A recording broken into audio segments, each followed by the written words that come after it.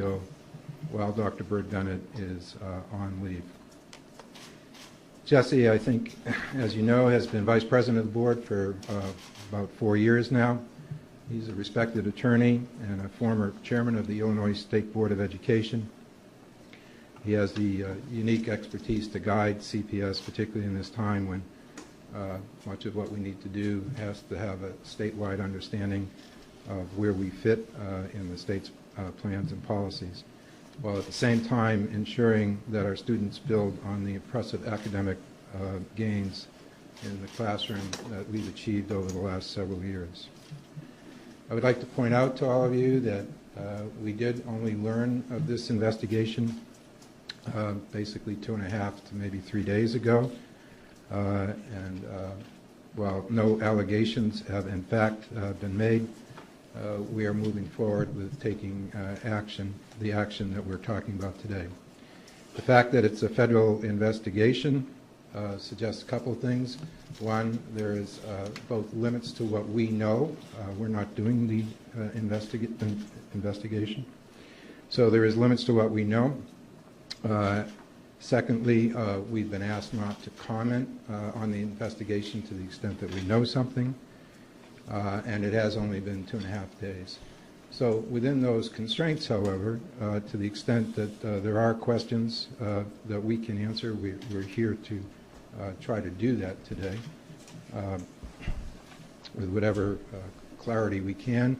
And when there are questions that we've got many questions ourselves on things we have to do, which we don't always have the answers to, but we will do our best.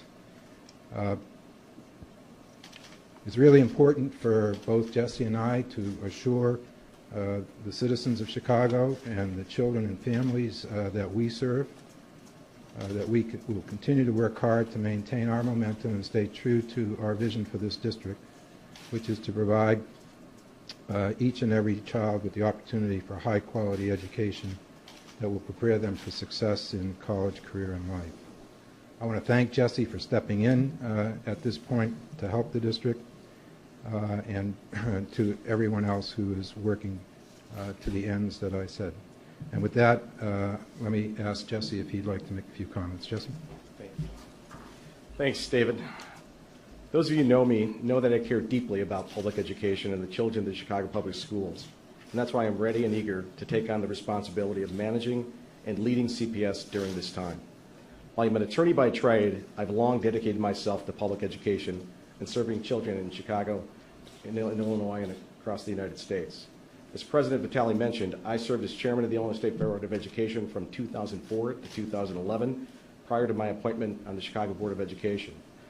I've also had the pleasure of serving by appointment of U.S. Secretary of Education Artie Duncan on the Department's Equity and Excellence Commission, which seeks to close the achievement gap for underserved students. Prior to my appointment on the State Board of Education, I actually served for 5 years on CPS's Desegregation and Monitoring Commission. We are all immensely proud of the hard work our students are doing each and every day. Thanks to their effort and the efforts of so many others, our students are raising the bar for academic achievement at CPS.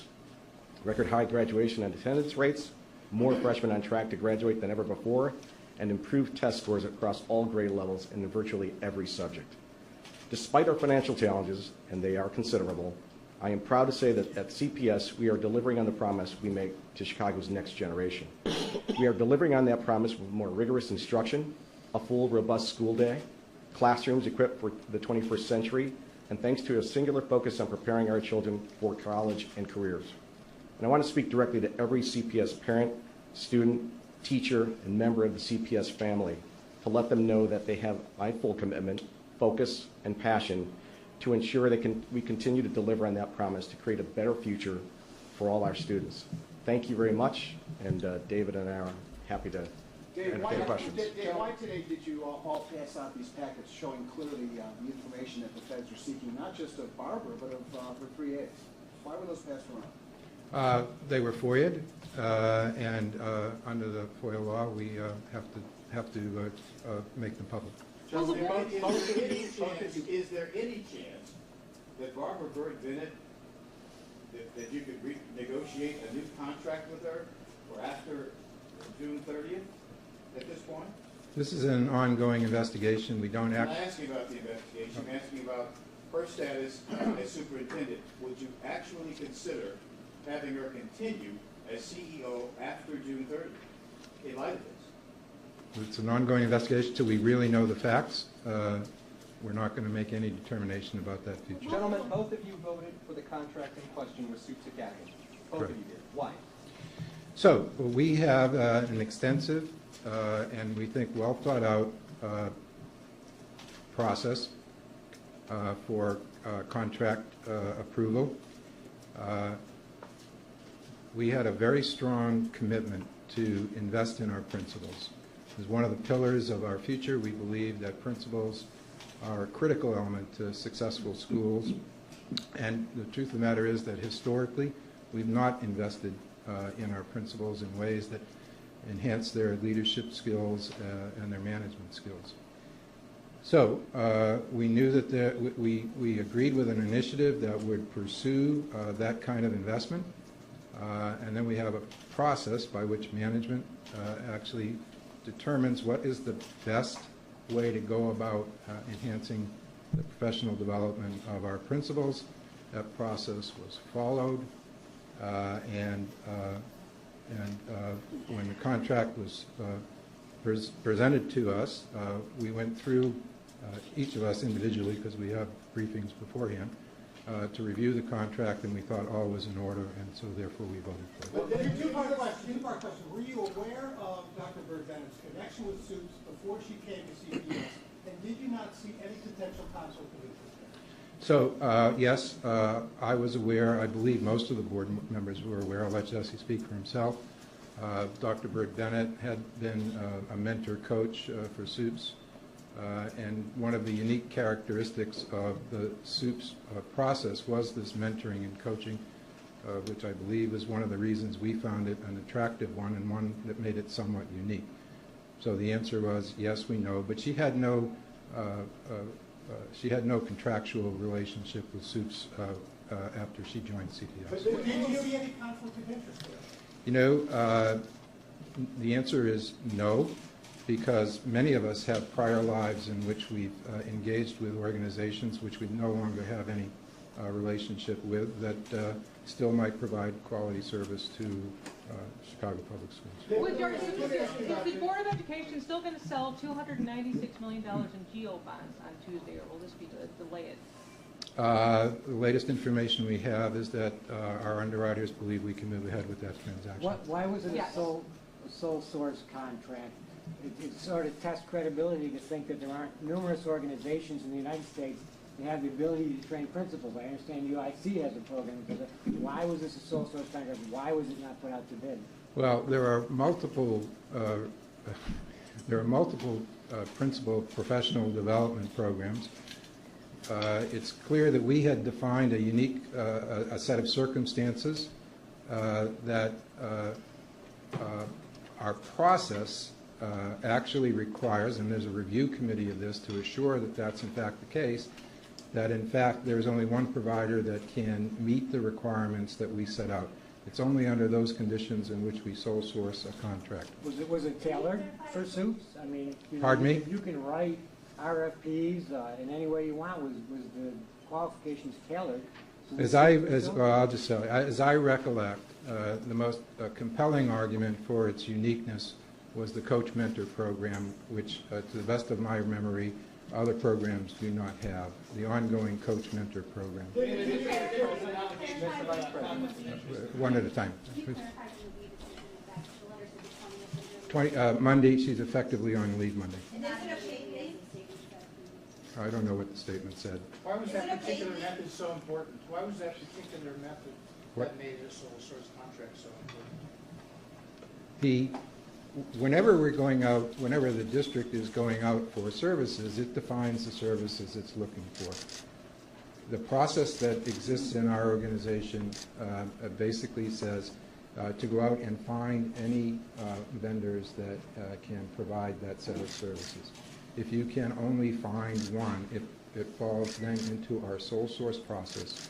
Process moves ahead to basically confirm. There's a review committee that confirms that only one vendor can meet that process. That's the process that this went Mr. through. Vitale, with regard to... By the way, you know, we think it's a first-class process.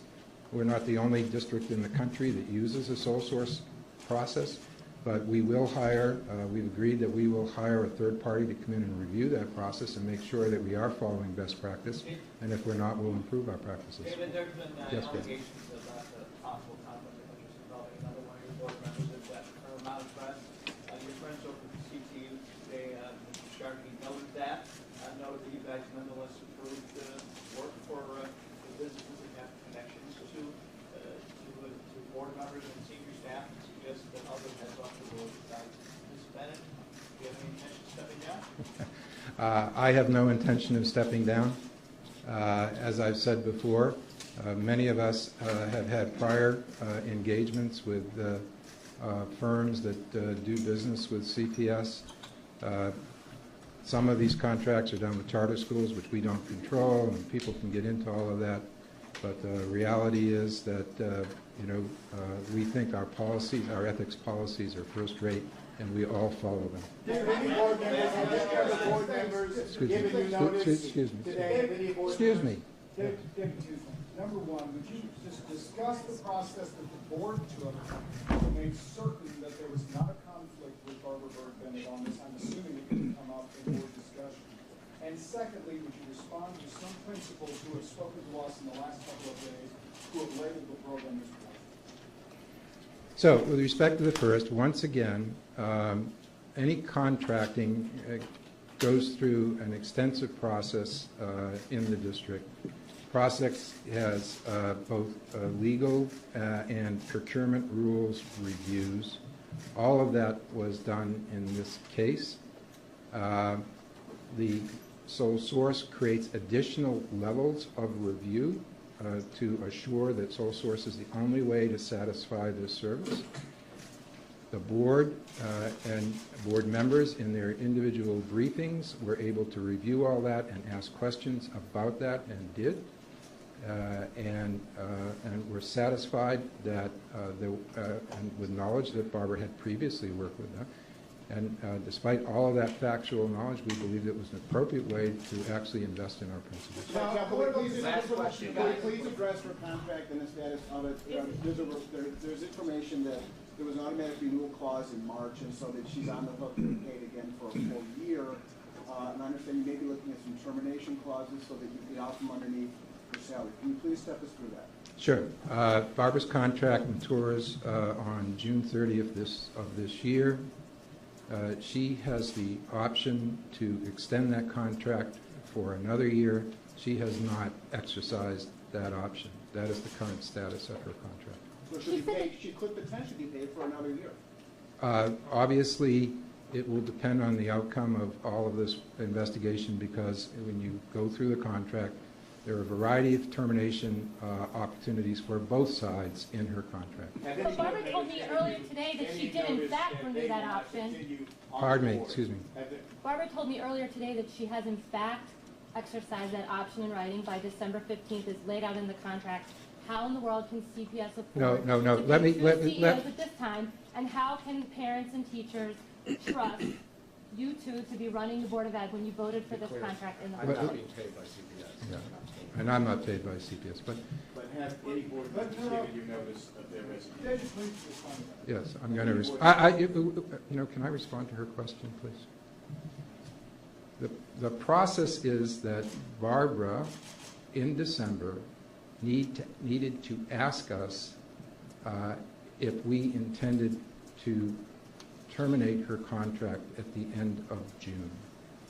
She did that. She sent us a letter saying, do you intend? A lack of response on our part means that we do intend. Ultimate extension of the contract requires a next step, which has not taken place. Is she on paid leave? Thanks, guys. Is she being paid for this leave now, or no?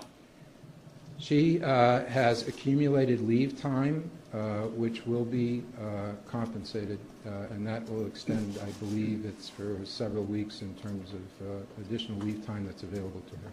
Will federal and any returning to the building? Pardon? Why should the public have any confidence in school? The Chicago public school system has made enormous progress over the last several years, and I'm proud to say that this board has supported the management in those achievements.